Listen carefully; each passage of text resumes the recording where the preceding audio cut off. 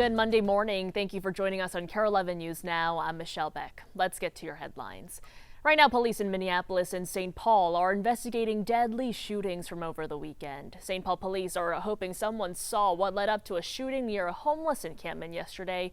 Police say they were called just after 1 p.m. to Jackson Street in the North End neighborhood. Police say they found a man shot with several people trying to help him. So far, no arrests have been made. And in Minneapolis, police are looking for the person who shot and killed a 19-year-old man early yesterday morning. This all started just after 3 on Mississippi Drive and Lyndale Avenue North along the Mississippi River. First responders tried to save the victim, but he died on scene. One of the most iconic locations in the Twin Cities is finally reopening today. Just after lunch, Governor Walz and MnDOT will officially reopen the Stone Arch Bridge after parts have been closed since early last year. Audrey Russo has the story.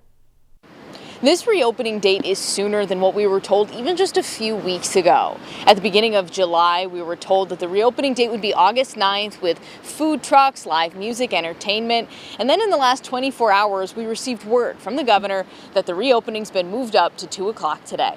To jog your memory, Minnesota's iconic Stone Arch Bridge has been closed since early last year. The bridge was built in the 1880s, so it needed some mortar fixes and stones repaired and replaced. MnDOT says this is all to ensure the life of the bridge, which serves walkers and bicyclists. The closure was initially projected to last through October. And this is going to be welcome news for those bicyclists and pedestrians who, at different points over the last year, have been forced to take detours like the 3rd Avenue Bridge. This reopening also comes just in time for some big summer events that bring a lot of people to Minneapolis, like the Aquatennial this weekend. Back to you. Developing right now in the race for Minneapolis mayor, Jacob Frey's campaign could file a challenge to the state DFL today. This comes after Minneapolis delegates chose State Senator Omar Fateh for the party's endorsement. I almost want to think at this point that Jacob Frey is the underdog, which is unusual thinking about an incumbent being an underdog. But also, generally when incumbents run for re-election, the election is really a referendum on them. And I think a lot of voters are going to be asking the question, are they happy with the status quo direction of Minneapolis right now? That was political expert and Hamline professor David Schultz. He says an endorsement is a huge step toward winning the general election. It means the Minneapolis DFL can spend resources and mobilize people on behalf of its chosen candidate. Fateh secured that endorsement by earning over 60% of delegates' votes at the Minneapolis DFL convention over the weekend. Following Fateh's endorsement, Mayor Frey said, quote, "This election should be decided by our entire city, not by a handful of delegates." In Washington this morning, President Trump is marking 6 months in office. As the president touts his accomplishments, he's trying to move past the Epstein files, and yet his supporters are reluctant to let go. NBC's Alice Barr has the latest from Washington. I remember I went to Nebraska to get 6 months into his second term, President Trump claiming to have revived the country. We hit a lot of home runs, and we're going to keep hitting them.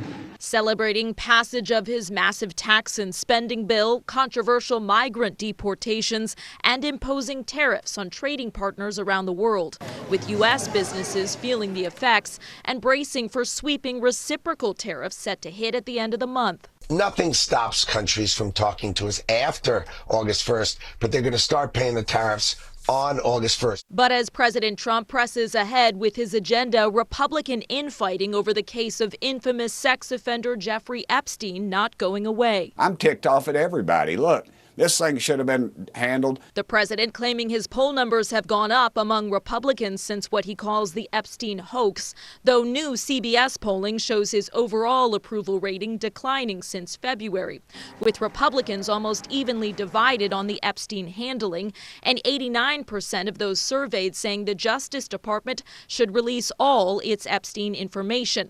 After a request from President Trump, the DOJ has asked for grand jury transcripts to be unsealed, but pressure is mounting for convicted Epstein associate Ghislaine Maxwell to testify before Congress, including from former Epstein lawyer Alan Dershowitz. She is the Rosetta Stone. She knows everything. She arranged every single trip. The ongoing controversy looming over the Trump administration 6 months in.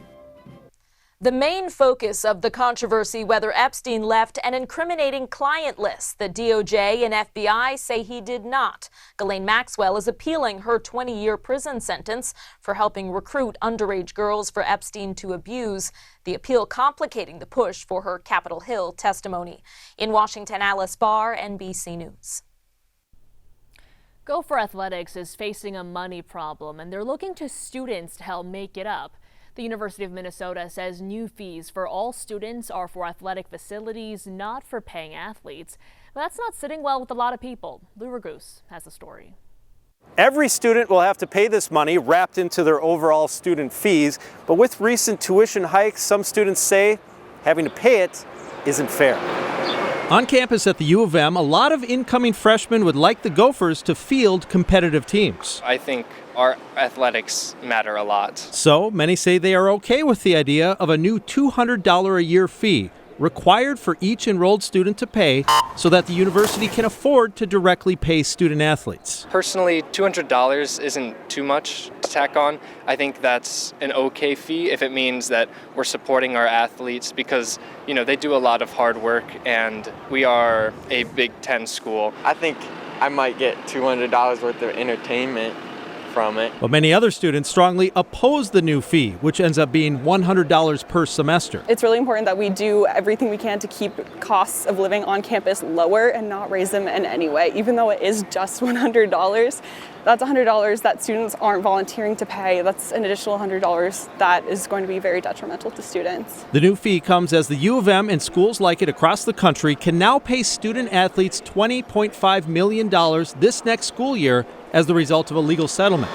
A university spokesperson points out the new student fee directly goes to athletic facilities, not into the student athletes' pockets. But sports law expert Nellie Drew says money is being shifted around like this at athletics departments everywhere to find ways to be able to pay the athletes. I think you're going to see all kinds of creative fundraising going on as schools scramble to find the money to fund these revenues that student athletes are now entitled to. Student body president Riley Hetland says she believes in paying athletes, but she argues that the money should come from those invested in Gopher sports. Buying tickets for Gopher games are optional. Buying merchandise is all optional, but our $100 fee is not optional. But schools across the country are doing it.